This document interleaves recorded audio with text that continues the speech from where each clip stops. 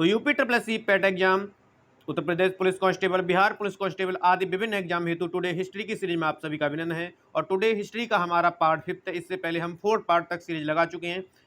यदि आप लोगों के द्वारा नहीं देखी गई है तो वीडियो के डिस्क्रिप्शन बॉक्स में लिंक है, वहां जाकर के आप एक एक पार्ट को देख सकती हैं। तो टुडे की सीरीज उन सभी विद्यार्थियों हेतु बेहद इंपोर्टेंट होने वाली है जो UP triple S C PET exam 2023 हेतु, UP police constable, Bihar police constable आदि विभिन्न एग्जाम हेतु तैयारी कर रहे हैं।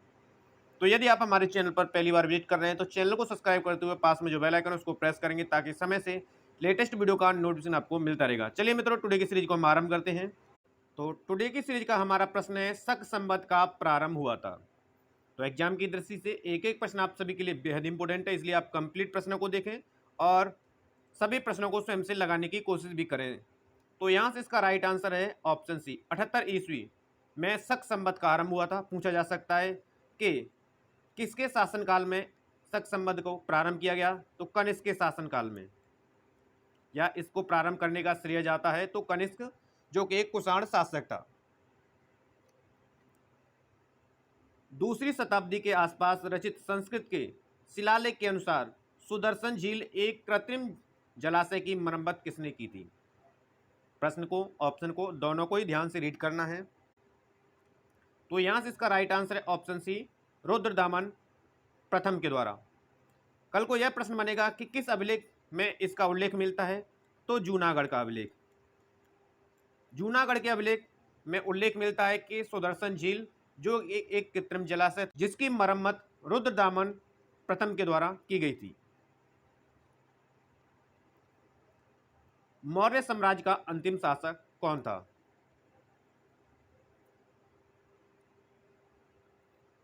पूछा जा सकता है कि मौर्य साम्राज्य का संस्थापक था, तो चंद्रगुप्त मौर्य साम्राज्य के संस्थापक थे।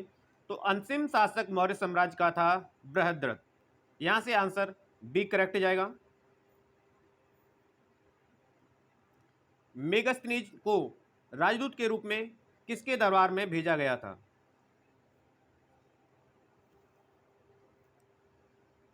तो यहां से इसका राइट आंसर है ऑप्शन ए, चंद्रगुप्त मौर्य के राज दरबार में मेगस्थनी को राजदूत को भेजा गया था।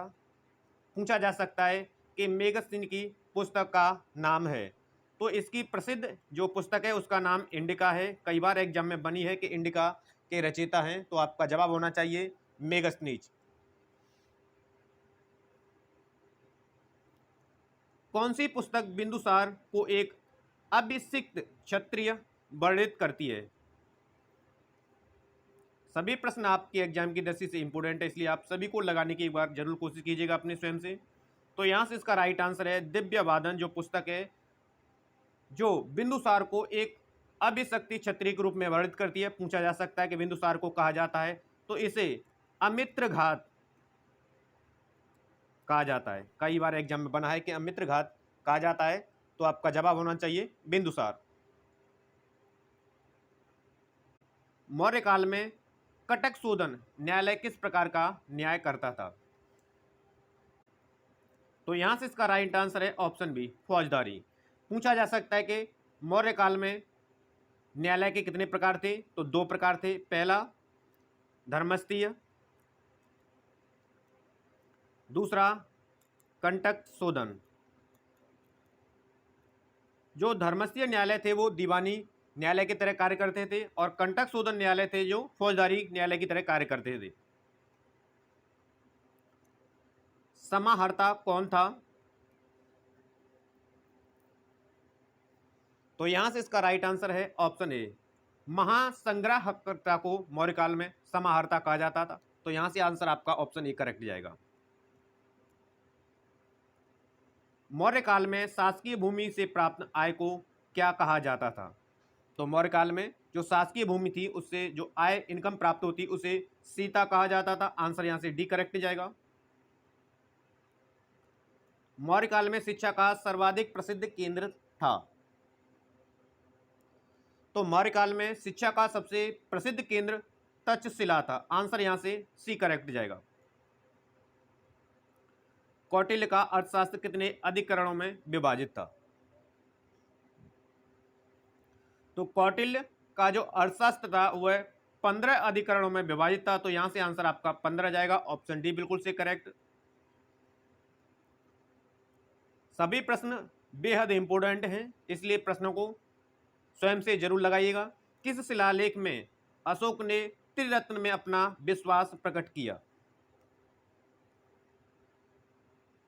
तो यहां से इसका राइट आंसर जाएगा भाब्रू शिलालेख। यहां से प्रश्न बन सकता है कि किस शिलालेख में कलिंग विजय का वर्णन मिलता है? तो 13वें शिलालेख में अशोक के कलिंग विजय का वर्णन मिलता है।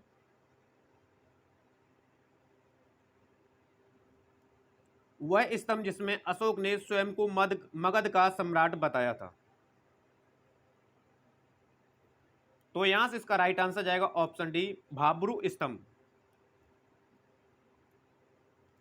अशोक के शिलालेखों को प्रयुक्त भाषा है।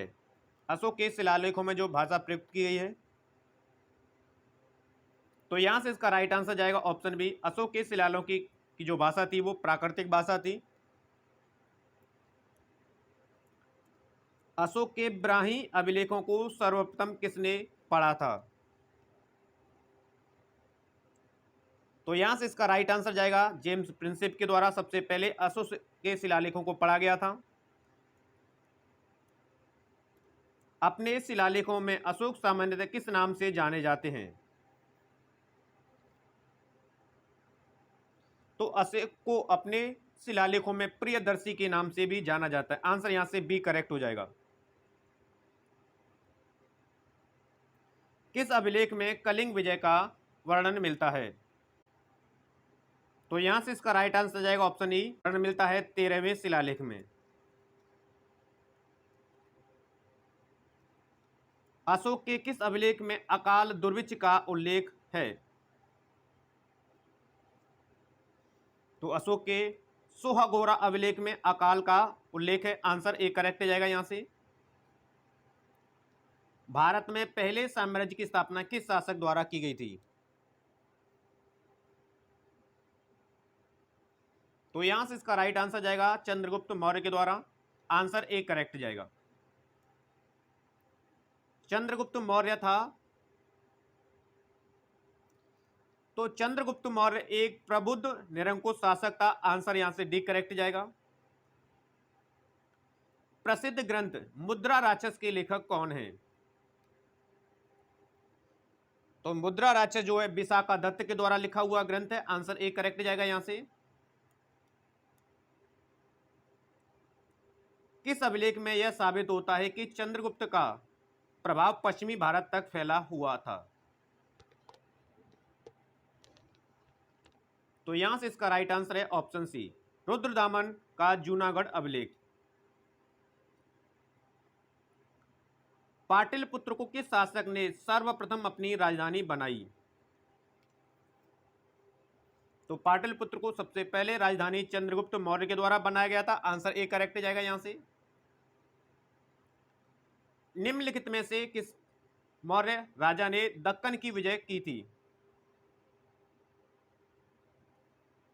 तो यहां से इसका राइट आंसर जाएगा चंद्रगुप्त,